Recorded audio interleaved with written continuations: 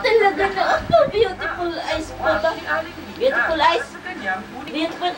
Talaga naman. Ng bahay, lumanan ng pera, yung pala, pinag-mission, diba, pina-enroll, binili ko ng mga gamit, hindi siya nag-aaral. Maraming ko naman gumawa ng Island Day para umalis ako doon sa kami. Napapaniwala siya sa sinasabi ng barkada ko dati. Kung sa akin, hindi na ako nabibigyan ng pera, budget sa sarili ko pagkain. Lagi siyang wala. Ay, kanatil, mga isa. Mabuti pa nga hindi Guardian matao. sa'yo yan. Yung nakakatulong sa akin. Sa akin kasi pagkakahirap ako makatulong dahil sa kayo. Beautiful eyes. Masolusyonan pa kaya ang tampuhan ito? Aba, face to face na!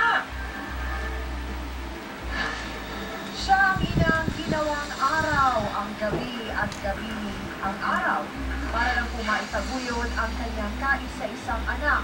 Pero saan nga ba siya nagkamali at tila naligaw ng landas ang kanyang anak? Tawagin po natin si Aling Minda Repalda. Pasok! Karma na ng anak niya, pwede naman na hindi na buligan. Nay Minda, magandang umaga po sa inyo. Umaga rin. Kamusta po kayo? Ito po, Ano malaking po? problema. Ano po itong malaking problema ninyo sa inyong anak? Ano pong pangalan niya? Ronald. Ronald.